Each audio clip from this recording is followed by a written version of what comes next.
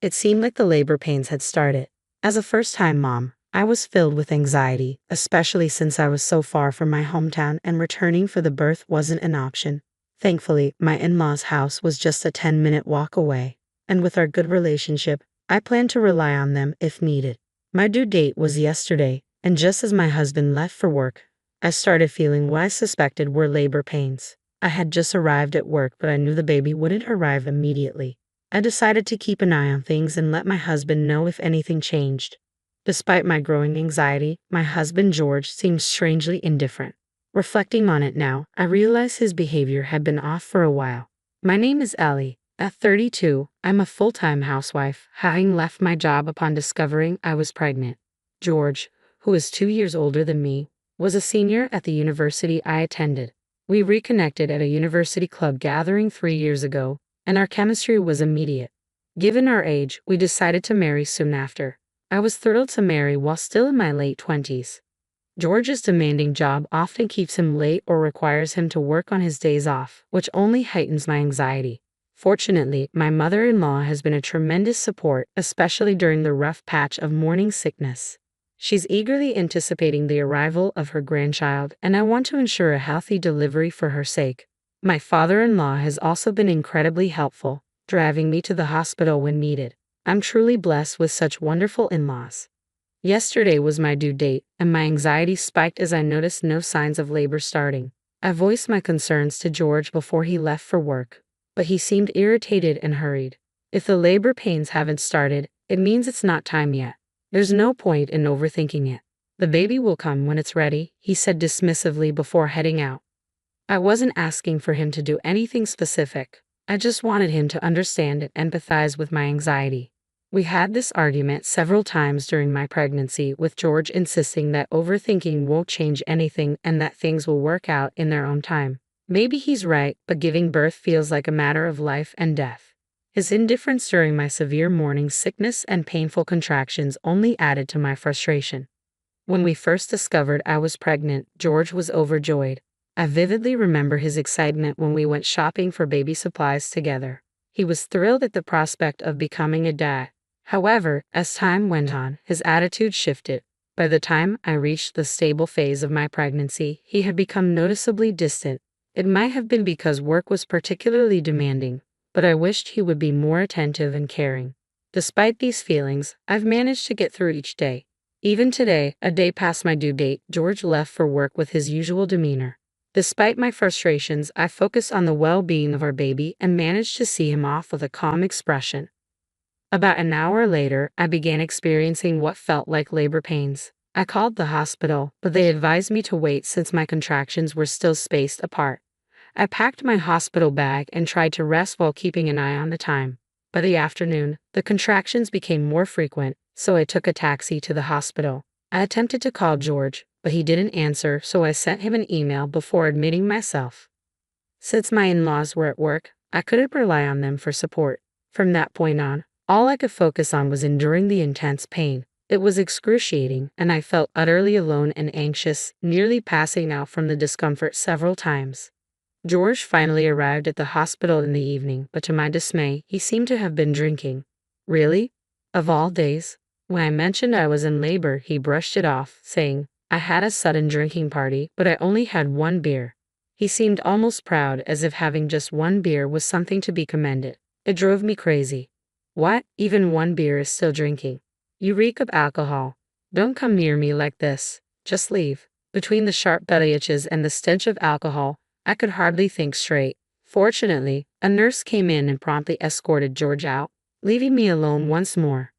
I spent a restless night, and before I knew it, morning had arrived. It seemed the baby was about to be born soon. After moving to the delivery room and waiting for a while, George eventually came in, looking like he had sobered up. I wanted to ask, what does he want now? But I was too exhausted to even speak. Finally, my son was born safely. Despite the near overwhelming pain, I felt a profound relief when I heard my baby's healthy cry. When the nurse handed my son to George, he hesitated but took him in his arms. As I vaguely thought, so he's a dad now, George made an outrageous comment. He doesn't look like me at all. Whose kid is this? Saying that, George handed our son back to the nurse. I was stunned and glared at him. unable to make sense of what was happening. "Get out," I said firmly, despite the pain making it difficult to speak. George left the room without a word. What was he thinking? How could he act like this? I was too angry and drained to dwell on his behavior, focusing instead on the situation at hand. My son was taken to the nursery, and I was moved to my room. Though I was seething, exhaustion eventually overtook me, and I fell asleep without realizing it. The days flew by as I focused on caring for my son during my 5-day hospital stay. George visited occasionally, but since we were in separate rooms, our time together was brief. My mother-in-law came to pick me up when I was discharged, while George reportedly went back to work. She seemed unaware of George's earlier behavior and showered our baby with affection, constantly remarking on how cute he was. My father-in-law, who had left work early, also came by to help. With them looking after our son, I was able to get some much-needed rest. I was deeply grateful for their support. In the evening, while my mother-in-law was preparing dinner, George came home. I greeted him with a welcome back, but he responded coldly and without warmth. As soon as he entered the living room, he pulled an envelope from his bag, completely ignoring our son. With a smirk, he called me over. "Ellie, I need to talk to you." I was already irritated by his demeanor, but what happened next was even more shocking. George pulled out some documents from the envelope and shoved them in my face. "I had it tested. The baby isn't mine, so we're getting a divorce. This proves your affair." I let out a stunned gasp, and my mother-in-law's cooking came to a halt. My father-in-law, who was holding our son, froze in disbelief, staring at George. Despite the stunned silence that filled the room, George looked utterly smug. When my son was born, I couldn't shake the feeling that he didn't resemble me at all. Out of curiosity, I decided to secretly have a DNA test done. When the results came in, George insisted we review them together. He handed me the document, which was filled with complex terminology and numbers. I zeroed in on a key sentence. "The tested individual cannot be excluded as the biological father." "George, cannot be excluded means I'm the father, right?" "What? Do you have zero reading comprehension?" George replied with a calm smirk. "If you're not excluded, it means you are the father." George started to panic. "What? No way." As I recalled the events of the birth, my anger flared up again. "So all those accusations were because you suspected me of cheating." I vividly remembered him asking, "Whose kid is this?" when he first saw our newborn son. I placed the document in front of my in-laws, who were livid. "George, how could you do this to Ellie while she was going through so much?" They scolded him. As his parents reprimanded him, George began to make excuses. "Well, the office is full of men, and she often went to drinking parties. She came home late some nights, so naturally, I was concerned." I felt a surge of irritation at George as he glanced at me while speaking. "I reported every drinking party to you, and you even picked me up when I was going to be late, and still, you doubted me." But George continued to act as if he were in the right. "Well, I've read about people raising their partner's child on the internet. A coworker suggested I get a DNA test." "Oh, I see. There's probably no point in discussing this further with him," I thought. "Really? You trusted random stories and the advice of a stranger over me?" My anger flared. "I endured morning sickness and a grueling labor to give birth to a healthy child for you, George, and this is how you repay me." My mother-in-law started to cry, and my father-in-law was visibly enraged. "I can't believe this," he said. As I angrily knocked the documents from George's hand, he fumbled to pick them up, accidentally dropping his bag. To my shock, something unexpected fell out. "What's this?" Inside George's bag was a divorce form. "Are you planning to divorce me suddenly?" George's earlier confidence vanished, leaving him flustered. "No, this isn't, I could no longer tolerate his behavior. You've gone through the effort of preparing divorce papers, and now you're saying you don't want a divorce." I grabbed the divorce papers and tightly gripped a pen. As I prepared to sign, George tried to stop me, but just then, his smartphone rang with an incoming email. My hand paused, a sinking feeling washing over me. When had his behavior and words started to seem so off?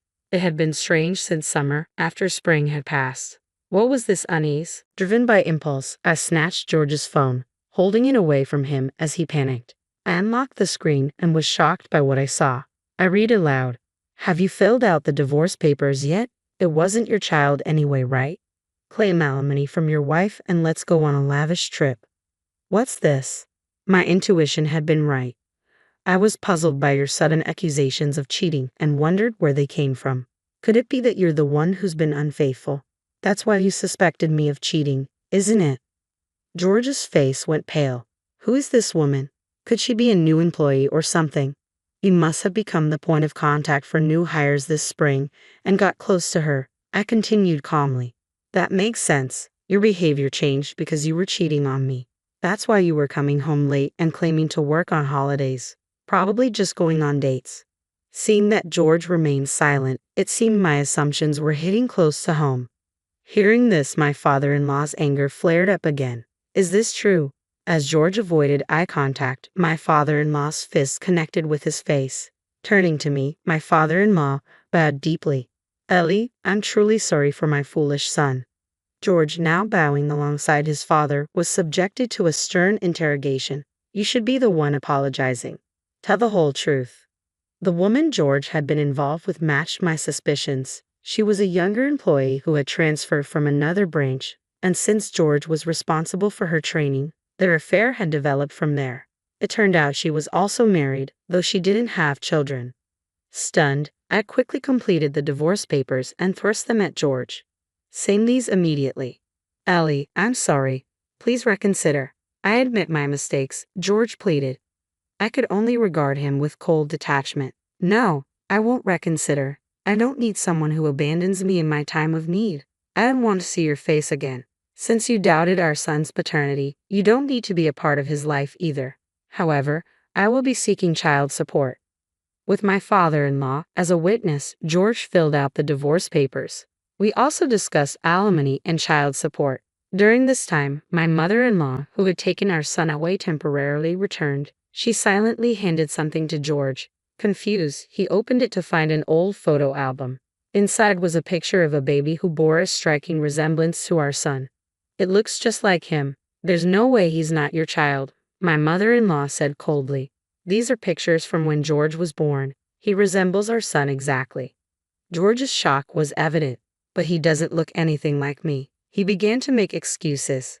At that point, my patience snapped. If a newborn baby looked exactly like you as an adult, wouldn't that be unsettling? Clearly from the photo, it's obvious that this child is yours. No, it's not that. It's just that everyone kept saying it. I believed it from the start, George stammered. Liar. If you truly believed it, you wouldn't have demanded a DNA test. You're always shifting the blame. Take responsibility for your actions. You neglected your pregnant wife and had an affair. That's a fact. And now you're letting your mistress sway you, ducking your wife, and conducting a DNA test on your own child. Is there any sincerity in any of this? No. I was suffering while you were unfaithful. I'm not so generous as to forgive such betrayal. I let loose on George without pausing for breath. Despite his constant apologies, I couldn't find it in me to forgive him, and we proceeded with the divorce. The rumors about George's affairs quickly spread at work, making his job increasingly difficult and leading to a series of mistakes. Consequently, he was transferred to a different branch in Nebraska. I considered moving back to my parents' house, but given the challenges of traveling long distances postpartum, I decided to stay in George's now empty family home. My son is growing up healthy here, and I'm settling in well. George's parents gave him a severe reprimand, and he's been using his savings to pay alimony, closely monitored by my father-in-law. He makes his payments every month. We also pursued damages from the woman he had the affair with. Her husband discovered the betrayal, leading to their divorce. I heard she's now working at a bar. Though George was a foolish husband, I am deeply grateful for the support of my in-laws. They've been a strong presence in my life as I raise our son. I'm very satisfied with the way things have turned out.